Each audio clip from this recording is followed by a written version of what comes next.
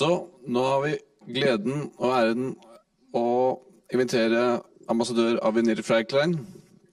Ambassador Avi Nir-Feldklein is not new to this. His career with the Ministry of Foreign Affairs spans over 30 years, and he has worked in a number of positions and countries across 3 continents. Most of Avi's career has been spent in Asia, as ambassador to Nepal, Vietnam and Laos, just to name a few. He was also appointed Deputy Consul General in Shanghai, and the first Israeli Consul General to Southeast China in Guangzhou. He also served in Thailand, Cameroon, and Germany and Jerusalem. But the last couple of years, we have had the privilege to have him here in Norway. So please give Mr. Avi Feldklein a warm welcome.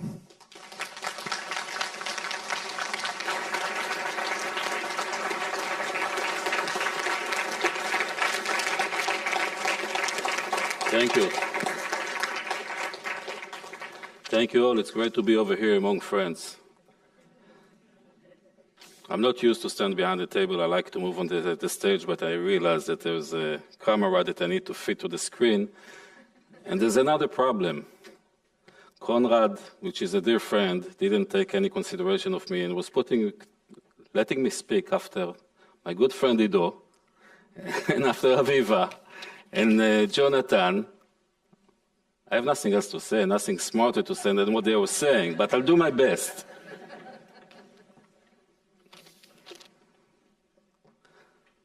What a week it is. We started it on Monday with the Holocaust Memorial Day, probably one of the hardest days in the life of the Jewish people, and then moved to yesterday, and I saw what celebration you had over here with overwhelming love to Israel that we appreciate it very much, and you took the efforts, and you're voting for Eden Golan, and you prove that love is winning over hate, and we appreciate it very much. Thank you.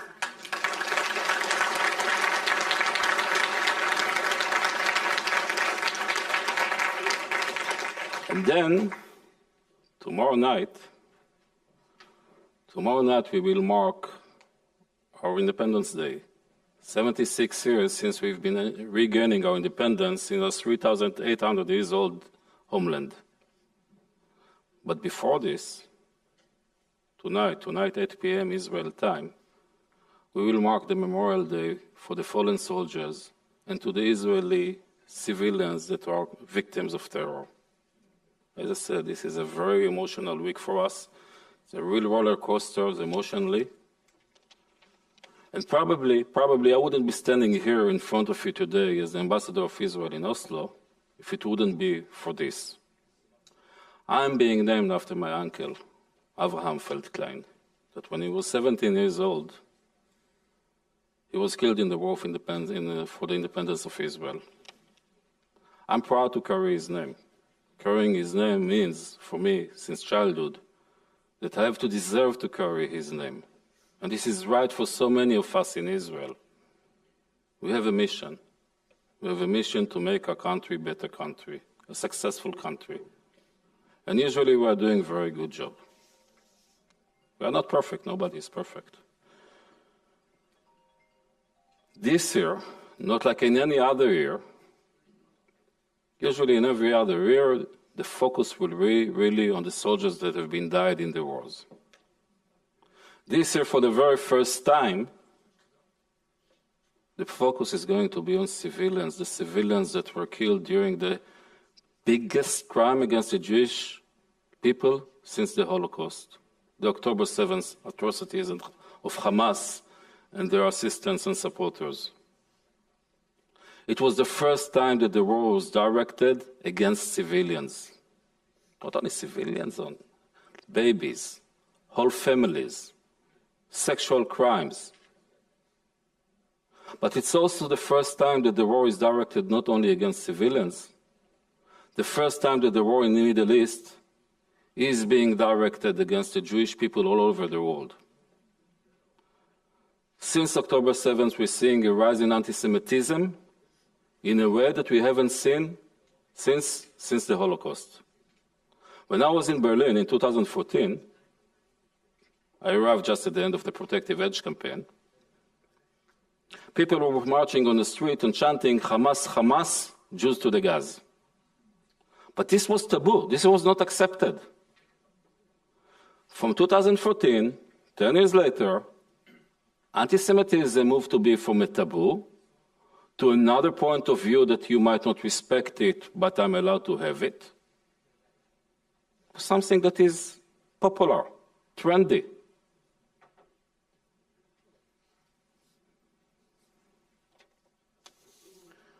You might get the wrong impression that really that the whole world is against Israel. It's not true. We are living in a virtual age. That people that believe that what is happening on the social network, this is a real life. It's not. The problem is that too many times decision makers are following too much what's happening on the social network, and they believe that this is what the people really think about. That this is what the people want them to say. No, it's not. This is an age of ignorance and stupidity and populism, and being trendy today is to be against Israel. Being trendy today is to call for ethnic cleansing of Israel, because when people are marching here in the streets of Oslo, in other cities in Norway, and chanting from the river to the sea, Palestine will be free, what does it mean? What does it mean beside of ethnic cleansing? And if yesterday, the one that was supposed to announce the result of the Norwegian jury, Alessandra, is quitting at the last moment saying because it's too hard for her. There's a genocide going on. I'm sure that you saw on Friday, Cecilia Helvestad was here.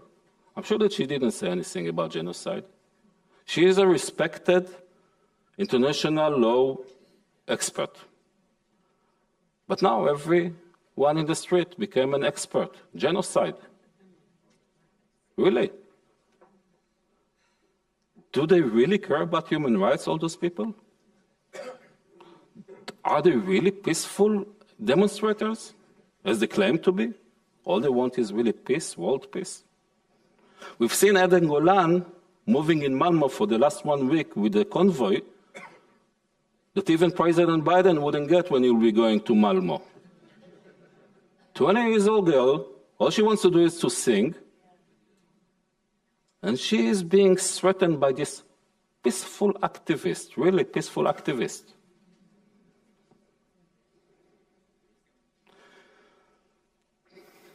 Those people don't want peace. They don't care about human rights. Human rights are universal. You haven't seen such an outrage in the streets of Oslo or Bergen or any other place, or Sandefjord, when 600,000 people were being murdered in Syria, or 300,050 were murdered in Yemen, or even today, when every 2 hours a child is dead in Sudan. You don't hear about it. Hardly from the government, hardly from the media, definitely not. You don't see the outrage in the street. So one can say, you know what?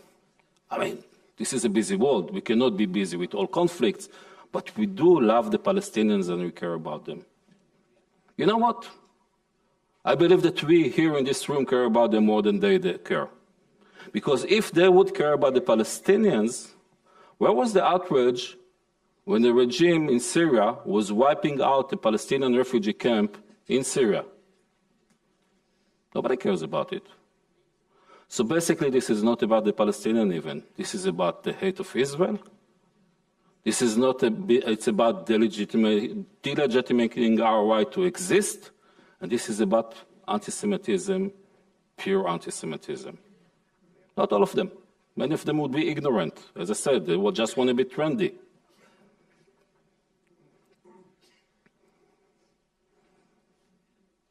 Yesterday for me was the proof that my feeling for quite a long time, since October 7th, maybe from the second month already, is that what we're seeing in the streets, what we're reading on the media, is not reflecting what is really the feeling of the people of Norway. All those months we're getting so much love. We're getting bouquet of flowers, we're getting letters, we're getting emails. We're having people coming out of our embassy. Even now, I got a photo of people standing out of the embassy with Israeli flags. Just now, a few minutes ago. Yeah, probably. Fornebu was too far away for them, so we're waiting for you next to our embassy, probably.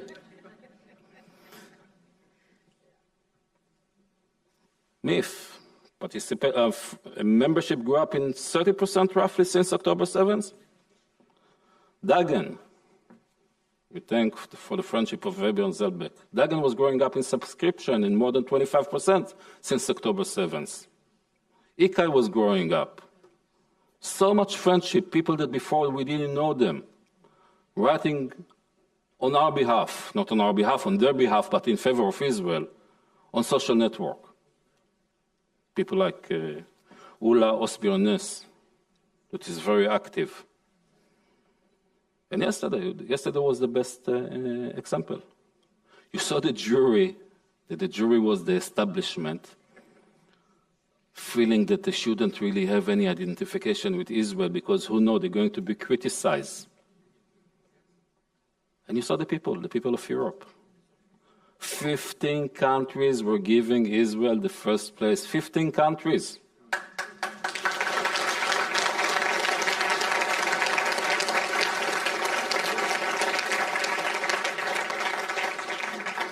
And I want to thank each and every one of you again for your voting yesterday in favor of Eden Golan. He didn't help really the Norwegian team, unfortunately, because there was a gap.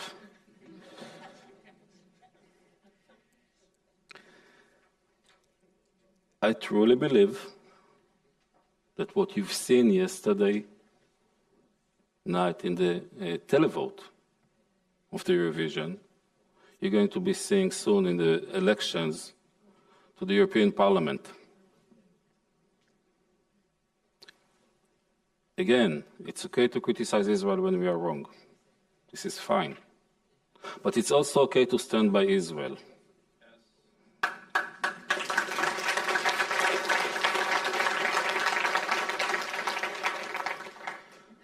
A country that believes so much in freedom of expression cannot allow itself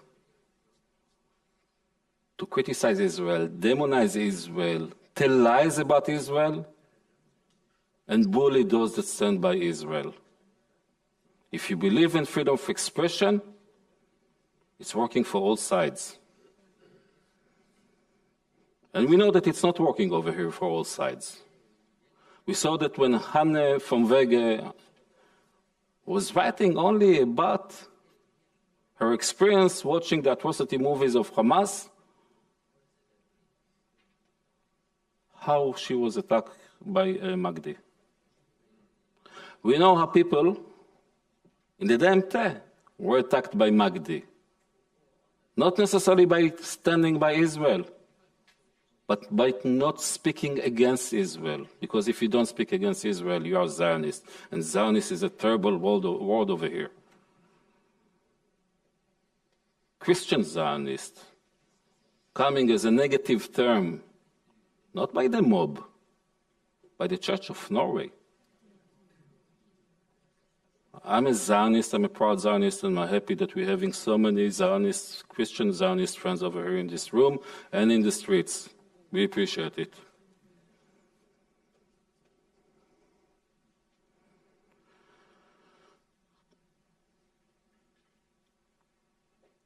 If one really wants to play a role in the Middle East in the day after,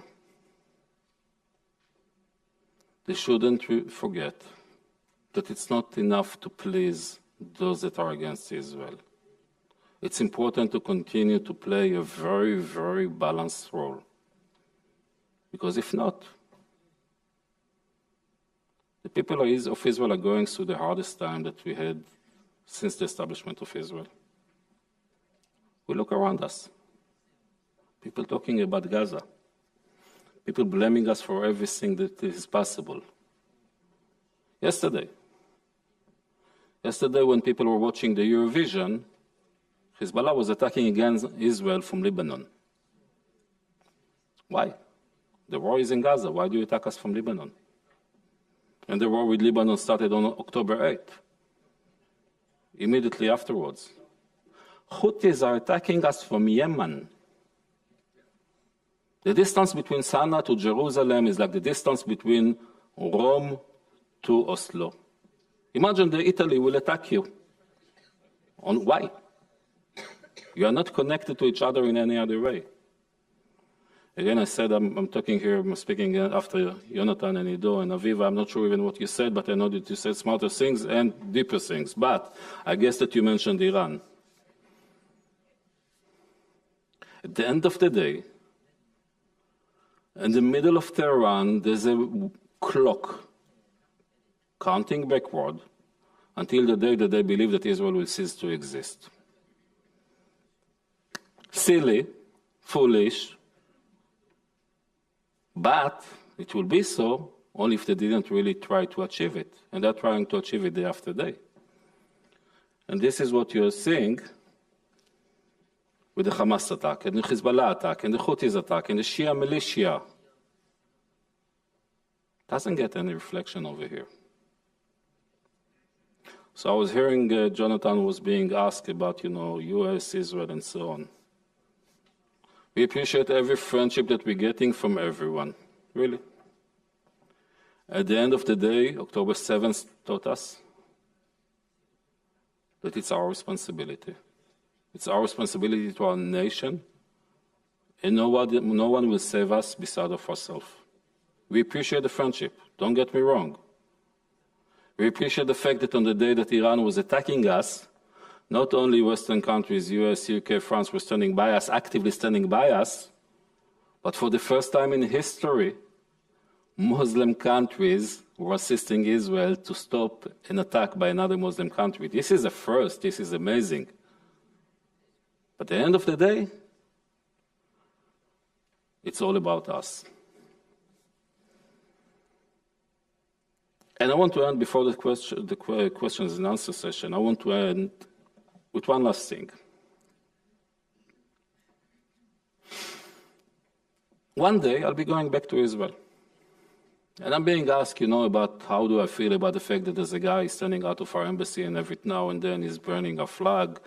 And there's a lady that every time that she's coming, that is the wrong word, sorry. Every time that she's coming next to our embassy, she's spitting on the photos of the hostages. And how do I feel about it? And I'm saying I'm fine with it. This is not my problem.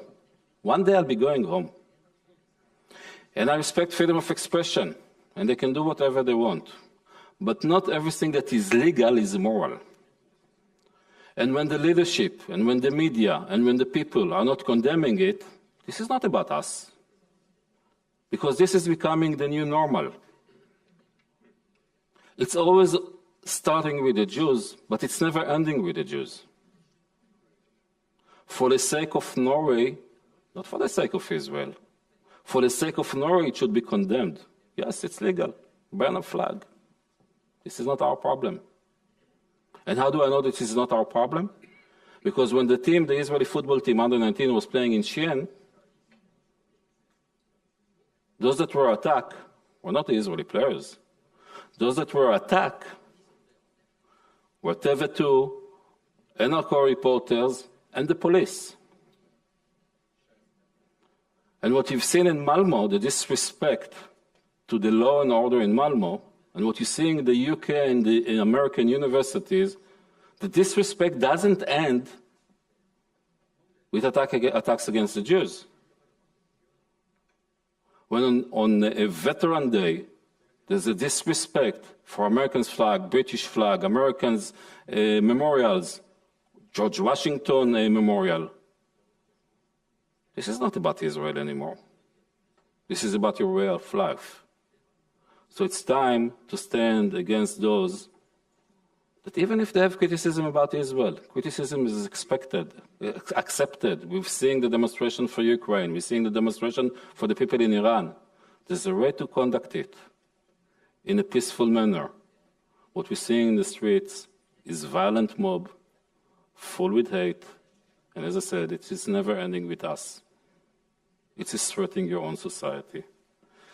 Thank you again very much for your friendship, not only for after October 7th, but all along those years. We cherish it. It's warming our heart. We are happy to be part of you.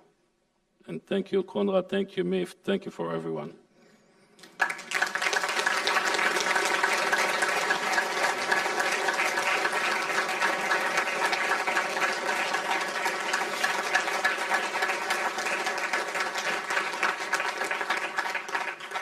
Thank you so much, Mr. Ambassador. It's very interesting to listen to you as always.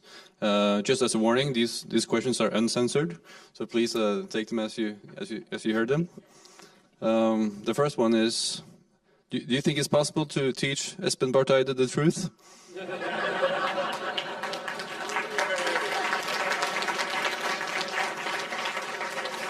We are on record.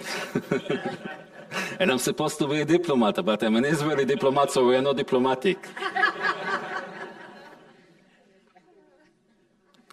I really believe that this is not about the truth. I really believe that anyone, as I said, that wants really to be a player, that really want to solve the conflict, should be very balanced and can criticize Israel whenever it's right to do so, but the criticism should be coming from the right reasons. The feeling right now that we have is that there's no balance in the reaction of the Norwegian government toward Israel. You used to be the most hostile or the most critical country towards Israel in Europe. Lately, some countries were passing you, but you're still in quite high in the top. So I really believe we appreciate what Norway was doing for many years in order to try really to bring coexistence between us and the Palestinians, to try to bring peace. In order to continue to play such a role, I believe that Norway should be much more balanced.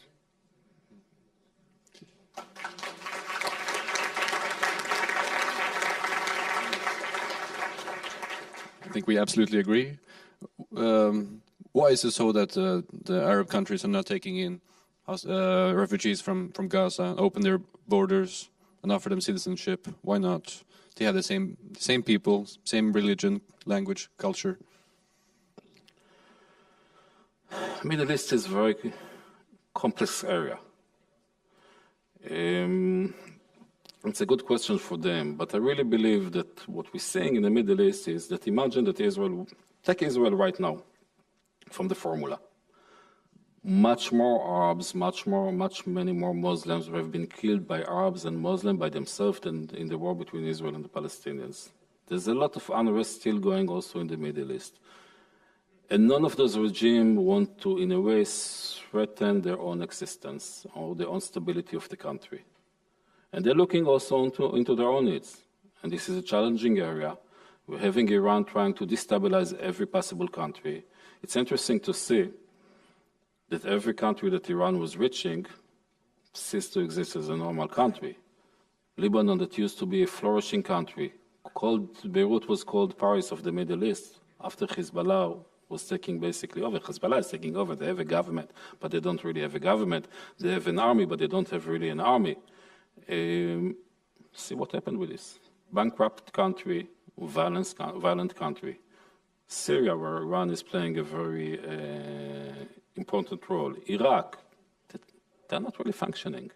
So all those countries are afraid that, that bringing in people, another group of people from the Middle East, you never know how it's going to end. Just remember in 1973 with the Black September in Jordan. King Hussein was kicking them out. And then they moved to Lebanon, and they destabilized Lebanon. So I don't judge them for this. They need to take care of their own citizens and their own stability. So what, regarding Espen Barth Eide again, he said that Norway should go ahead and recognize a Palestinian state very soon. What will be the consequences? Before consequences,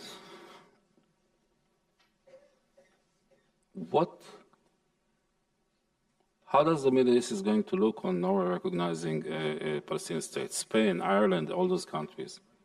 Why now? What changed? Are they more capable? Are they less corrupted? Are they more ready to be an independent state? No, this is a price for October 7. This is a price to terror. And I said it openly on the media. This will be only a price to terror, recognizing them now. Why won't you go and recognize other countries? Kurdish people, 30 million people, being attacked by the Iraqi, being attacked by the Syrian, being attacked by the Turkish. Don't they deserve to have a state? Why is it always about the Palestinians? Maybe we should have the same PR company that they are having. We've seen what was happening in Gaza in 2007. Israel left Gaza in 2005 to the Palestinian government, believing that they can turn it to be the Singapore of the Middle East. It wasn't about us. We were not anymore in Gaza. 2 years later, this corrupted regime was falling in a coup, bloody coup, of the Hamas. So let's say that you'll recognize the Palestinian state right now. Do you really believe that we're going to hand them the keys? The distance between what they want as a country to Tel Aviv is 16 kilometers. Would anyone in Norway would be willing to have such a government that tomorrow can collapse again to the hands of organizations like Hamas or other proxies of Iran, 16 kilometers from Oslo? It's 1/3 of the way to Gardermoen, that's it. Organizations that are saying that they are they're wishing to repeat the 7th of October again and again until they'll be able to annihilate Israel. They prove to us that they are serious. So I really believe that we should be focusing on rebuilding, coexistence. First and foremost, before anything else, release our hostages. We're missing this call to release our hostages. We're missing this call when the Norwegian government is talking about the ICJ, mentioning the only thing that the ICJ was demanding until now, because everything else that they were saying that they're expecting from Israel, but they didn't demand.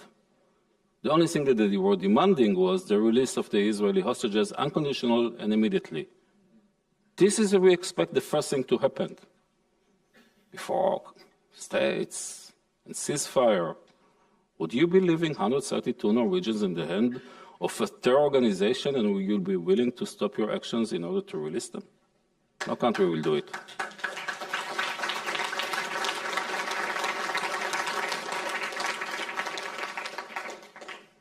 There is also a question here regarding the ban of Al Jazeera in Israel.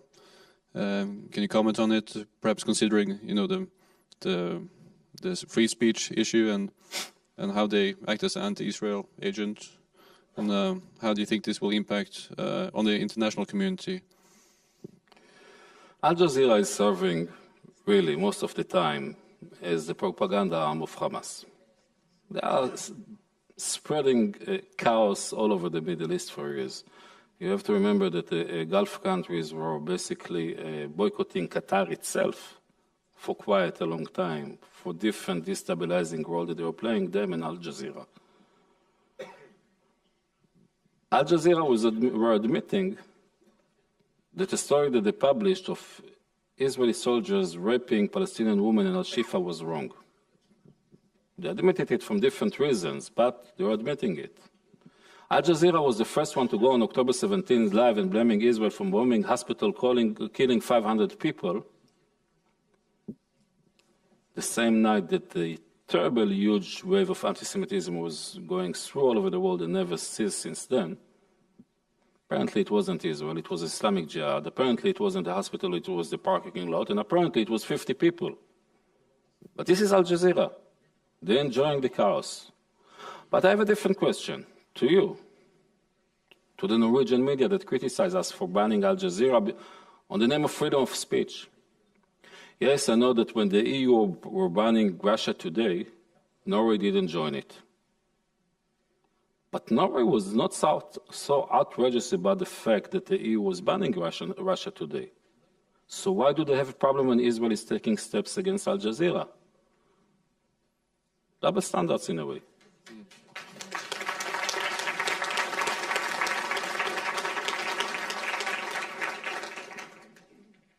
Yes, and here's a question regarding one of our case reporters, Yama Volosamal. Are you familiar with this guy and any thoughts? Yes, I'm familiar with Yama. I don't want to talk on a specific reporter, this one or another one. This is your public broadcasting service. It exists thanks to your taxpayers' money. They are getting your salaries thanks to you. And I want to give you, forget right now, Yama. I want to give you an example about a piece of news that NRK were publishing. Amnesty Norway was telling them that, if I'm sorry if I'm not quite quoting exactly the same words, the accurate words, but this was the message. Yes, that if the sexual crimes that Israel is claiming that were taking place, it's terrible, but Hamas is denying it. And unless Israel is allowing international investigator to come and investigate it, it's not possible really to know what was going on. So we send an email to NRK. We're telling them this is not true. We're having right now the UN Special Envoy on sexual crimes in war zone in Israel. Her team will be left after her for full 1 week. This is what she was saying yes, it's happened and yes, it's terrible. You know what was the answer of NRK? They ignored the email. They didn't answer us. So we sent it to a higher position in NRK. You know what was the answer? They ignored the email for the second time. And then they are not happy with something that they saw that we are blocking them from reporting in Israel. We didn't. We believe in freedom of expression and freedom of media. So then they were coming to me to have a discussion. And they promised an answer what was going wrong with not answering us before. I'm still waiting.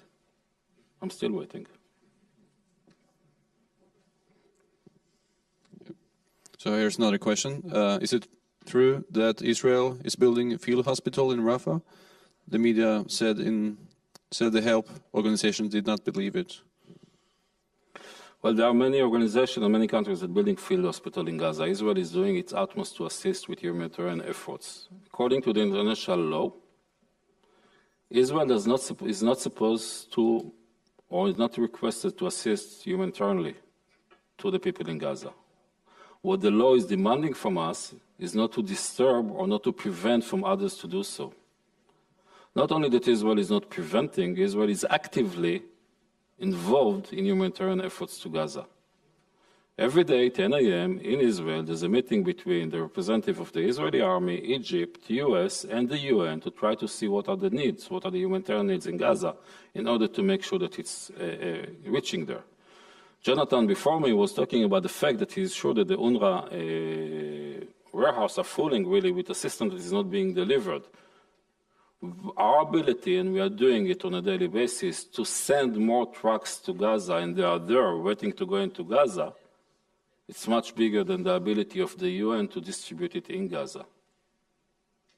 Sometimes we are wondering if they're really not capable, or sometimes we wonder if they're doing it deliberately, not spreading it in order that Israel will be criticized for lack of assistance.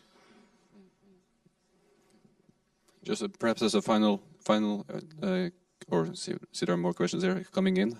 How have you and your family personally experienced the trauma of 7th of October?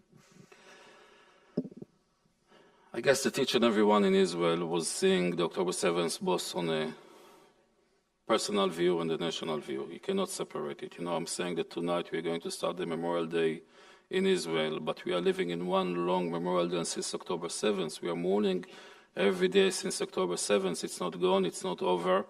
It's not one-day trauma. Stories are coming out. People are still in terrible conditions. Israel, northern part, is still burning. And we had our son being called on October 7th to the army. He was there for 4 months. He's 29 years old. He's working in high-tech. He's an economist working in a high-tech company in Israel.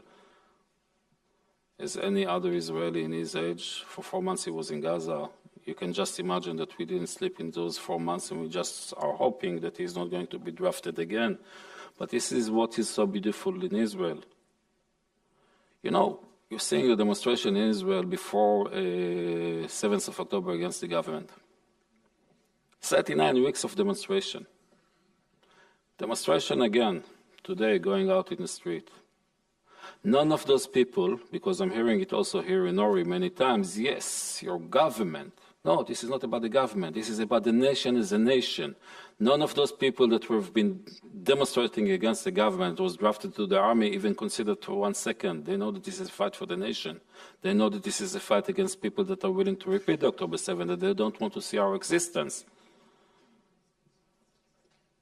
More than 300,000 Israelis were coming back to Israel on October 7th, after October 7th, to join the army. They stopped the trips around the world. Those that living abroad were leaving their families behind, leaving their works, coming to Israel to ensure that Israel's safety is ensured. So this is, you cannot divide between the personal and the nation. And I think that one good thing that happened to us in October 7th, it reminded us that we are not individual. We have responsibility as people. We have responsibility as a nation. We cannot take our life or our existence for granted.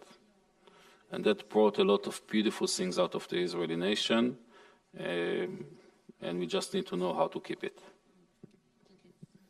Perhaps also on a final note, could you give an encouraging word to the audience about the importance of standing together now with Israel and the Jewish people?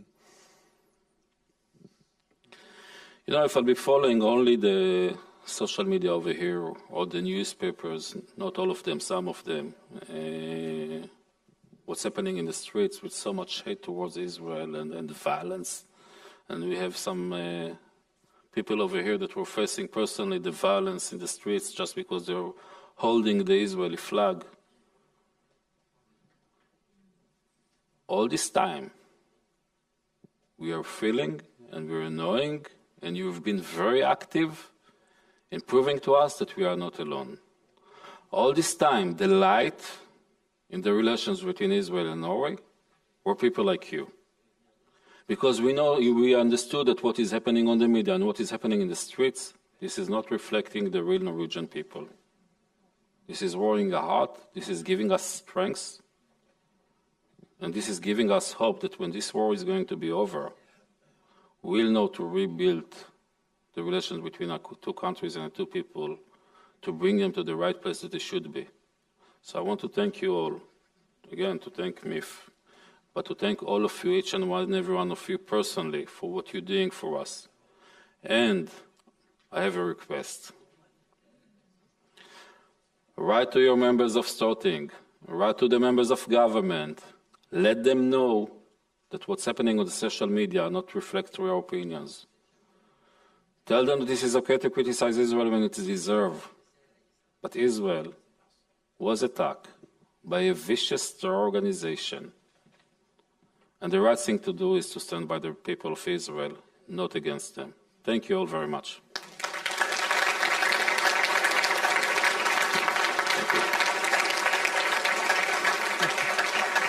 Thank you so much, Ambassador. Thank you so much. Thank you for having. Thank you very much. Coming. Thank you all. Thank you again.